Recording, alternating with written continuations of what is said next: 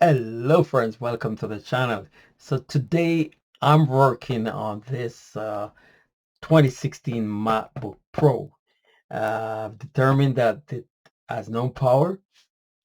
The power circuitry on the logic board is dead. It's not worth doing any kind of a board level uh replacement. There was a bunch of things that's wrong with it, and so we figured out that the best way forward is to actually replace the logic board. Now, before ordering the part, I want to show you how I make sure I'm buying the correct logic board and how you can follow these steps and do that too. Ensure that you're getting the best deal, you're getting the correct, and you're saving some money. So this is really important that you you you look up and you follow the steps, because uh buying the wrong board is gonna be a waste of time, and definitely waste of money. So the first thing you want to do is to identify the actual MacBook model.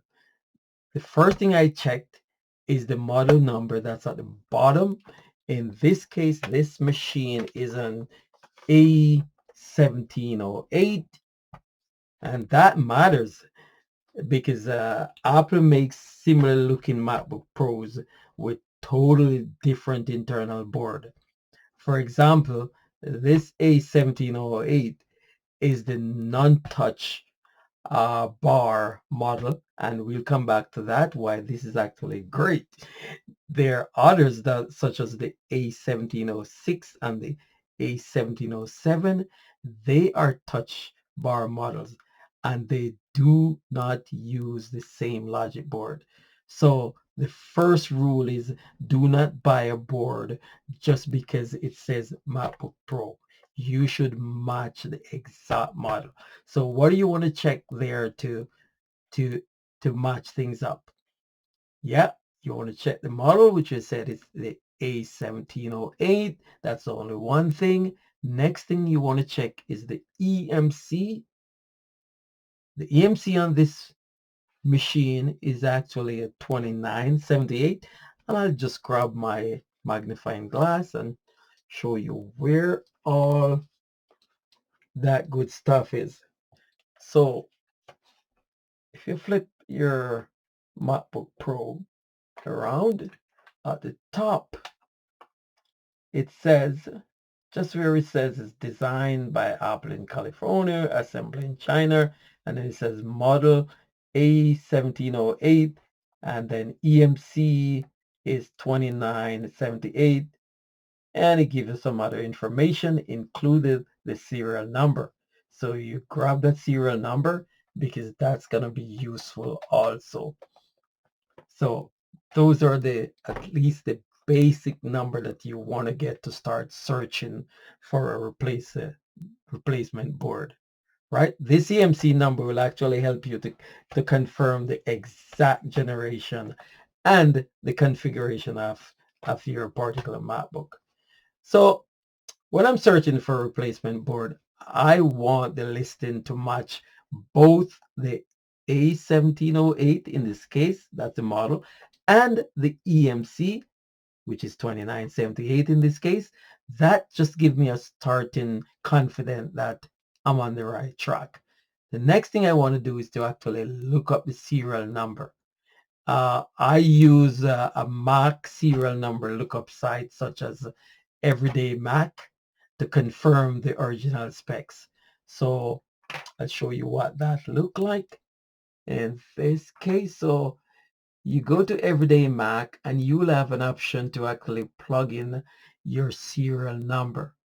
And once you plug your serial number in and you say, look up, okay, it may want you to do a few things to verify that you're actually human. In this case, it says, please drag and drop the icon on the left to the place where it fits. So you're just going to grab it, and it's usually different things to do. Okay, so I verify that. and it says, yeah, you're human. So now it spits out then the information, and here it shows me it's a MacBook Pro 17, 2 gigahertz, 13 inches, late 2016, and it gives me a lot of information when it was introduced. But most importantly here, I'm getting a confirmation on the A1708 and also the EMC 2978, and it gives me important information like it's 8 gigabyte and RAM is 256. Now, the good thing about this particular machine and why it's actually worth uh, replacing the logic board is because the 256 gig SSD is removable. So you can take that from the defective logic board and put it into your new logic board. So for this MacBook, the lookup tells me clearly all the information that I need, and I'll drop this in the comment there. The actual site is evermac.com. You go there and you run your serial number and you can do a lookup. Alrighty. So now, if the original machine had, say, 8 gig, as in this case, and the board listing says 8, then that's a match. But let's say the original machine had 16 and you didn't look it up, and you end up buying a 8 gigabyte board. That's going to be a downgrade right there, right? So you want to match what the board is, and the customer will be happy when you're not downgrading their MacBook.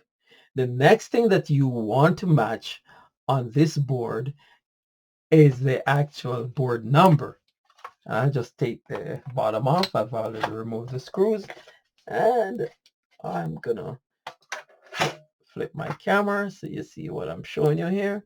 So, and you will really need a very good eyesight, or you need a magnifying glass to find that.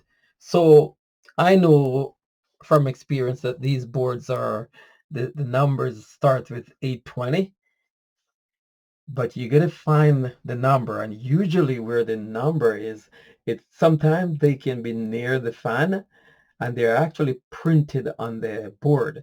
And as you can see, the board is black, and it's not printed in white. It's actually etched into the black board. So in this case, this particular logic board has it just above the drive. So this is the SSD drive. In order to get this out, you would need to remove these two screws, one here, and then you can just pull it out. But before you do that, of course, you would remove your battery connection. Just make sure there's no power in it. This battery is pretty dead, and it's been like that for probably a long time. But I would still remove these screws, disassemble it, remove the connectors for the battery before you start removing your SSD. But what we're here for is to actually find the model number. And with the help of my magnifying glass here, I can actually see that it matches what I suspected it to be. And if you haven't replaced any of these before, these are some of the places you may find it: near the fan or near the SSD, right? And so, yeah, this is a 820-0085, sorry, 820-00-875-A, right? So another good thing I have in my tool belt so that I can be very confident now in purchasing it. So when I compare that with the replacement listing, I want to see the same board number. This is one of the most important check. So do not rely only on the words MacBook Pro A1708. Always look for the actual board number when possible. And then you're going to compare the listing. And let me flip over to a listing that I'm actually looking at, and where I will be purchased that from, that the person I will actually be purchasing it. So this person have actually purchased some parts from before because they're legit. They've got good rating, 99.9 positive, and they've sold a ton of stuff online. They're actually in the UK, but the shipping is reasonable and pretty, maybe just about a little over a week. I can get, well, maybe about sometimes 7 business days, I can get my part, right? So I want to verify that I'm buying from someone who's got, not they're not trying to rip you off with shipping and they provide warranty, right? So in this case, the listing is actually saying it's a A1708, it's late 2016, and it gives me the right EMC and the board number. It matches the ROM, everything. So that information you'll find down here. It says item specifies, and it gives you all the details. 8 gig, iCloud is off, and the EMC. So this matches everything up. I have a very high level of confidence that this is going to be what I want. Then I'll actually look at the board itself, what's included in it.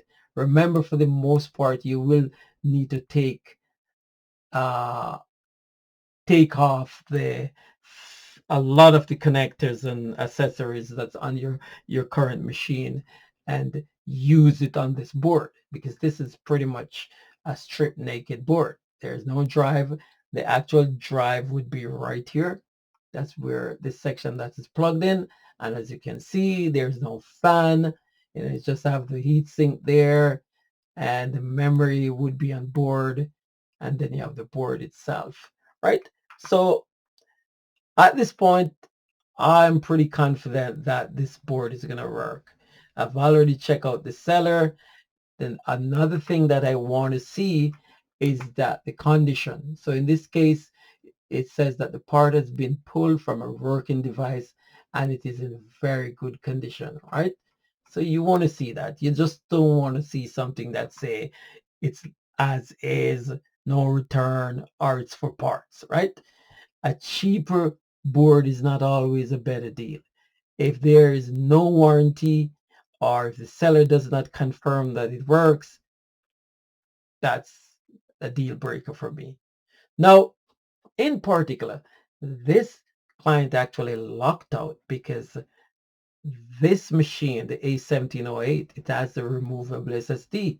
That means their data is not soldered onto a failed logic board.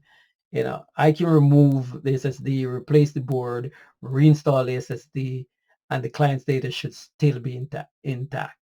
Uh, that is very different from many touch bar models in the MacBook Pros, where the storage is actually soldered onto the board, right? So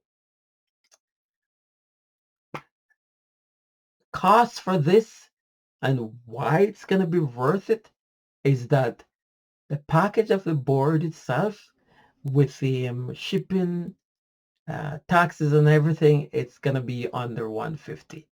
And then for my rate, it's still going to take everything maybe just barely over $300 total. And the fact that the client can use their existing SSD, they can recover the data, they will use this as a backup machine. It makes sense to them to keep this MacBook. Now, just want to recap. Closing checklist. Before you buy a MacBook Logic board, you should check your model number on the board itself. Well, on the back of the case, you will find your actual model number and the EMC number. You'll also find the serial number that you can then use that tool, which I'll put in the link, to look up. And very importantly, you need to find the board number and you need to compare the listing with the CPU, the ROM, and verify that your seller is got warranty, they have good feedback. So taking a few minutes just to verify these details can actually save you from buying the wrong part. That is the process I use personally when ordering a replacement logic board. And it's been more than 9 out of 10 times I have a good experience. Okay, thank you for watching. Please remember to like, to share, and to subscribe. And stay tuned, because when I get this part, I'm actually gonna do the video and showing the swap over, how I remove all the battery, remove the actual old logic board. Of course, I'll remove the SSD and transfer that over. Okay, have yourself a great day, and until next time, peace.